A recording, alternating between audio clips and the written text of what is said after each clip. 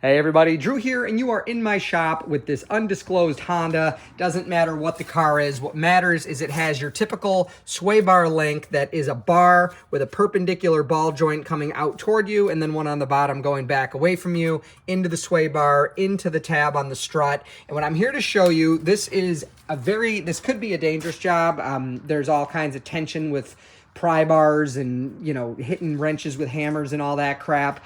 I want you guys to be careful. This is definitely a safety glasses on kind of job, probably a mouth guard and a helmet too, but no more kidding around. Just be safe.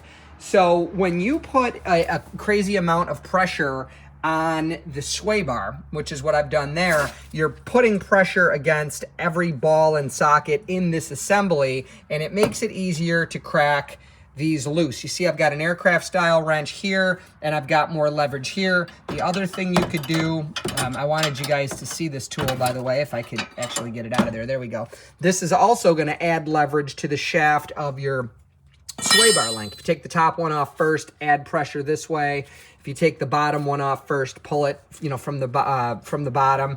By adding tension to these, you make them easier to get off. I find getting a wrench on it and whacking it with a hammer, rubber hammer, this is a dead blow, helps a lot. The big thing is adding the pressure. Now, folks, to be fair, this is not a Rochester or Buffalo vehicle. It's from Maryland, so it's not super rusty. I understand that you guys might be, in Wisconsin doing this.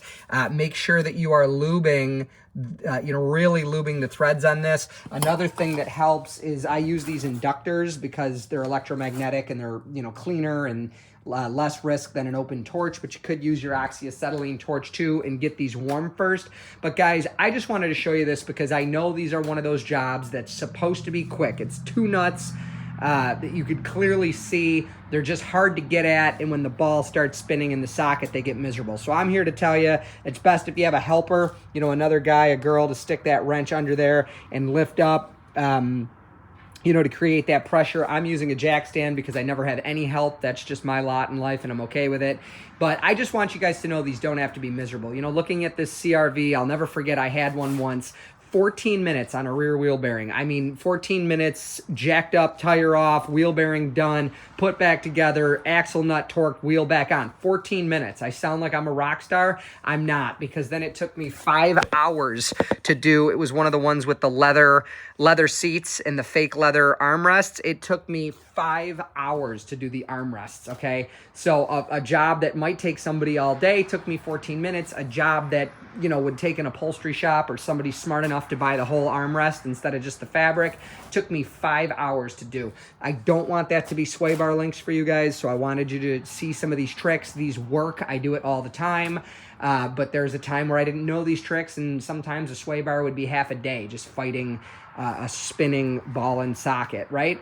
So obviously you could get vice grips on them sometimes. Do that if you can, but this pressure thing, this is my first go-to. I put crazy pressure on the bottom one, get it off, put pressure on the whole thing, get the top one off. I'm usually, 10, 15 minutes per sway bar link. So I hope this helps. If it does, be sure to give it a thumbs up. If you learned anything, if you're excited to go apply what you learned in this video in the garage next time, do me a favor and give that thumbs up. It helps the channel grow on YouTube, which I'm grateful for. Most importantly, God bless. We'll see you in the next one. Take care. Bye.